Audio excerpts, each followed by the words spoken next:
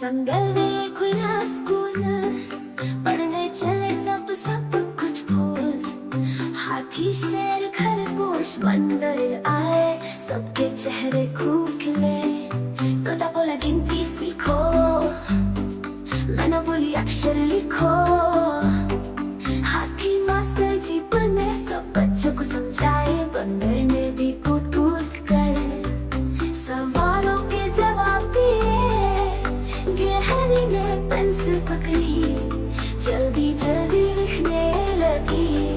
मोर ने गाना गाया प्यारा, माहौल खुशनुमा हो गया सारा।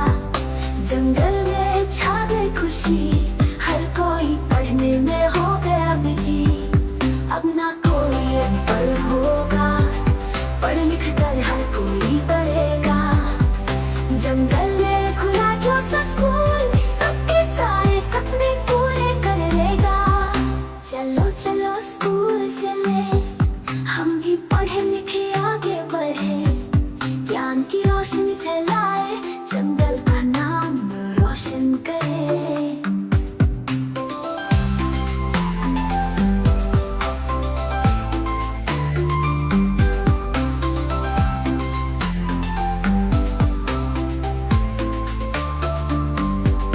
तोता बोला गिनती सीखो, मैंने बोली अक्षर लिखो।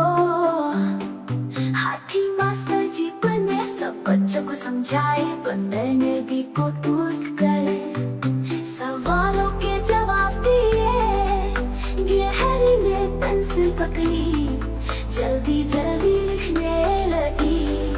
मोर ने गाना गाया प्यारा, माहौल खुशनुमा हो गया सारा।